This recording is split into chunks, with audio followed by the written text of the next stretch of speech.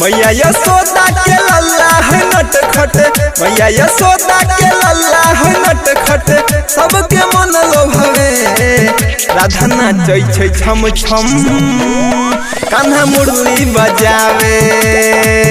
राधा नाचै छै छम छम, कान्हा मुरली बजावे। ओह मैया यशोदा के लल्ला है नटखट, मैया यशोदा के लल्ला है नटखट, सबके मन लोभावे। राधा नाचै छै छम छम, कान्हा मुरली बजावे। राधा नाचै छै छम छम, कान्हा मुरली बजावे।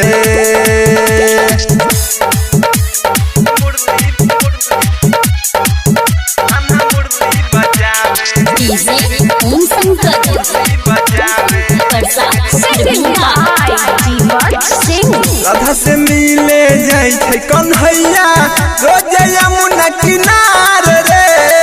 बाल गोपाल के संगे ल जाको बैठे कदम के डार रे, बैठे कदम के डार रे। नन्ही उमर में करे छै नादानी, नन्ही उमर में करे छै नादानी, माखन खूब चोरावे। राधा नाचै छै छम छम, कान्हा मुरली बजावे। राधा नाचै छै छम छम, कान्हा मुरली बजावे।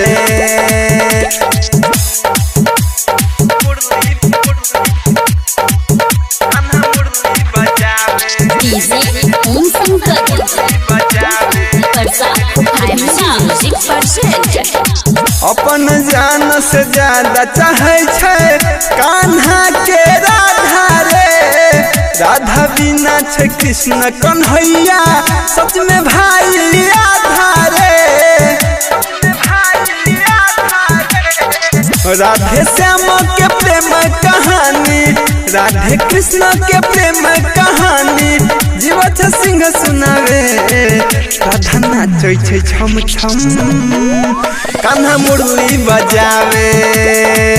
राधा नाचै छै छम छम, कान्हा मुरली बजावे।